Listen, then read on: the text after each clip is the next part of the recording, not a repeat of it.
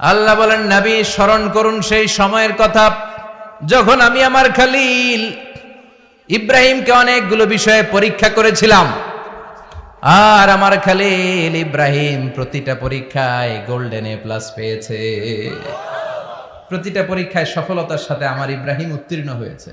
আর ফলাফল স্বরূপ আমি বলেছি, ইন্নী জাইলুকা লিন্নাসি ইমামা। ইব্রাহিম, এতগুলো কঠিন পরীক্ষা নিলাম, একটাও ফেল মারলাম না, সবগুলায় পাস। যাও, এর বদৌলতে তোমার আমি গোটা বিশ্বের মানুষদের ইমাম বানায় দিলাম।